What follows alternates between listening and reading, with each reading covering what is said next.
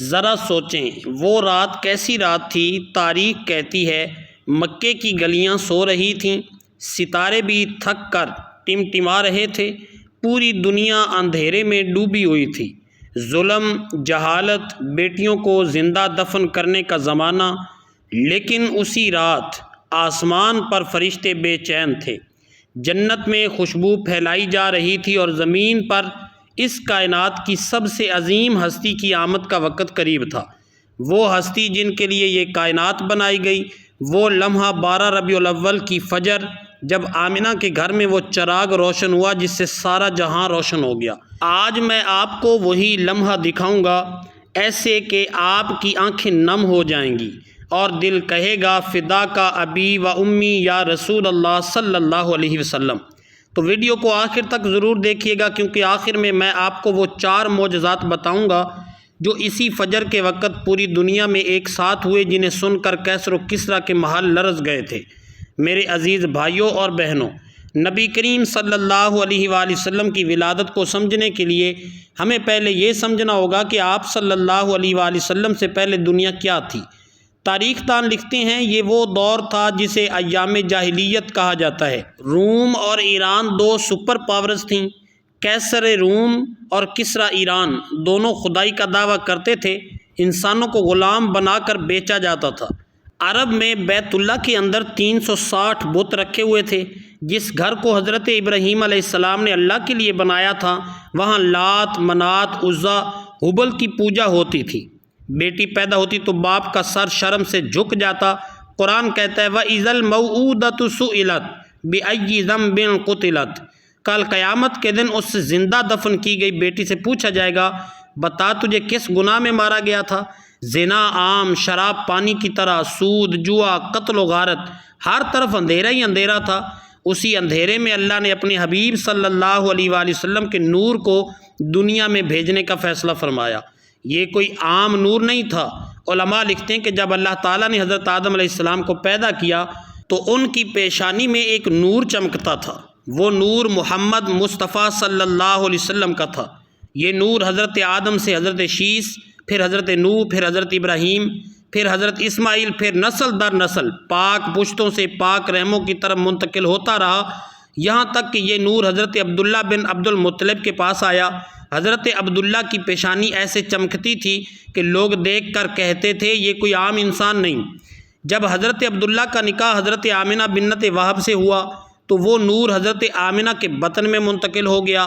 حضرت آمنہ فرماتی ہیں، حضرت آمنہ سلام اللہ علیہا فرماتی ہیں مجھے عام عورتوں کی طرح حمل میں کوئی تکلیف محسوس نہیں ہوئی، نہ وزن، نہ کمزوری، نہ قے۔ ایک رات میں سوئی ہوئی تھی، میں نے خواب میں دیکھا کہ ایک نور میرے وجود سے نکلا جس سے شام کے محل روشن ہو گئے ہیں۔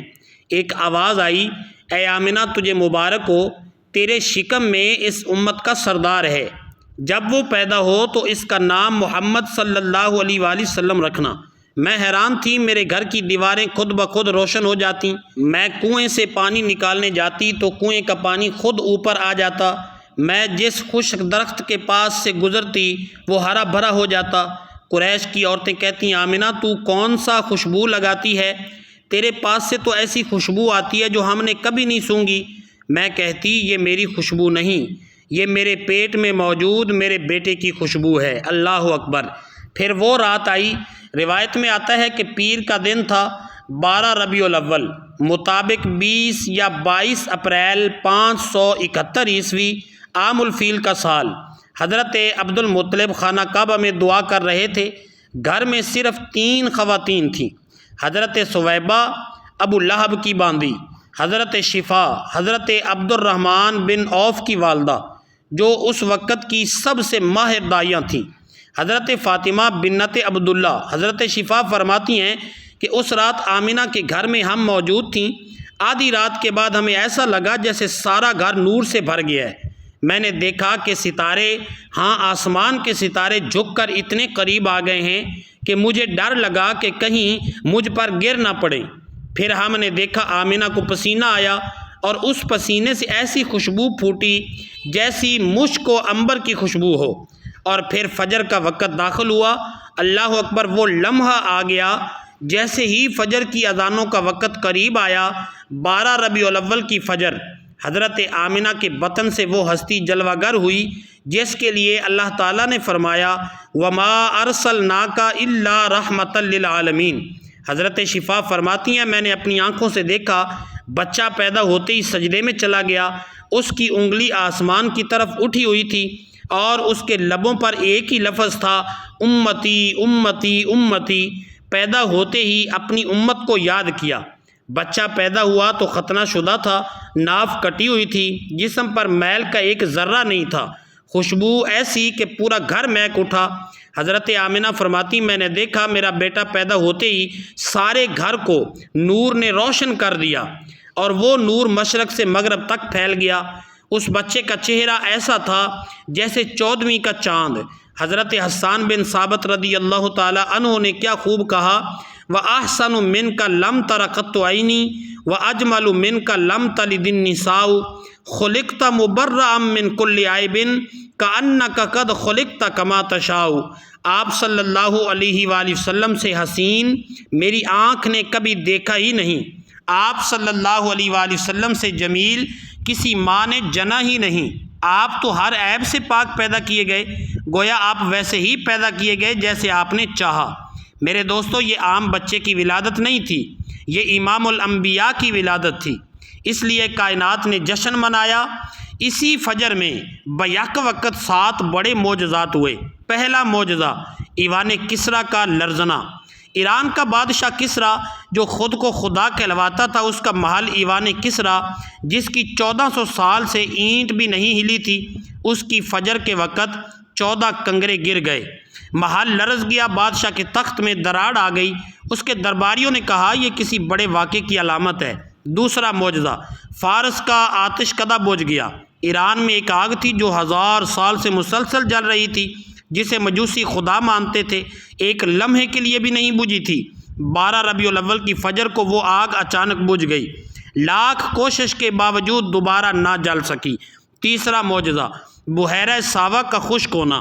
بحیرہ ساوا جو ایک بہت بڑی جھیل تھی جس کی مجوسی پوجا کرتے تھے، اسی رات زمین میں دھنس گئی، خشک ہو گئی۔ چوتھا معجزہ خانہ کعبہ کے بت اوندے منہ گر پڑے۔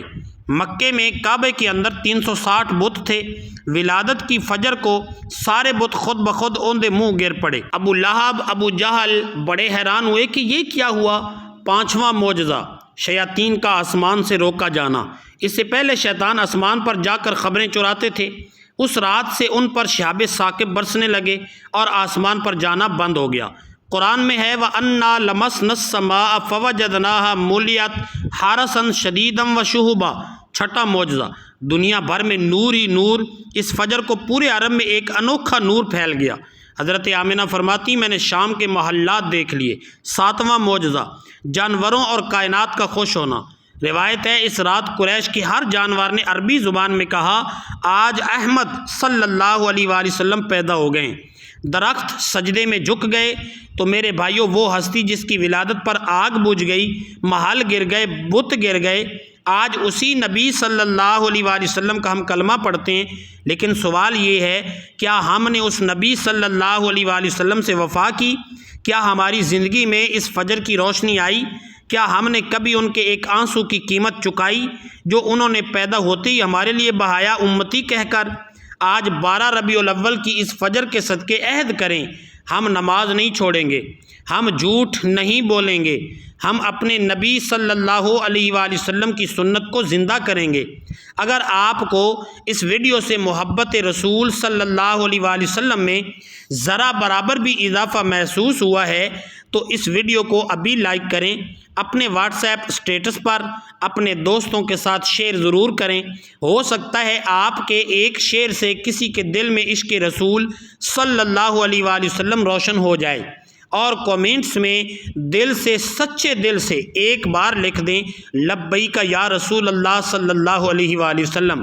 اور ہاں، اگر آپ چاہتے ہیں کہ ہم آپ کے لیے سیرت النبی صلی اللہ علیہ وآلہ وسلم پر ایسی ہی پرکشش اور ایمان افروز ویڈیوز بناتے رہیں تو ہمارے چینل کو سبسکرائب کر کے گھنٹی ضرور دبا دیں۔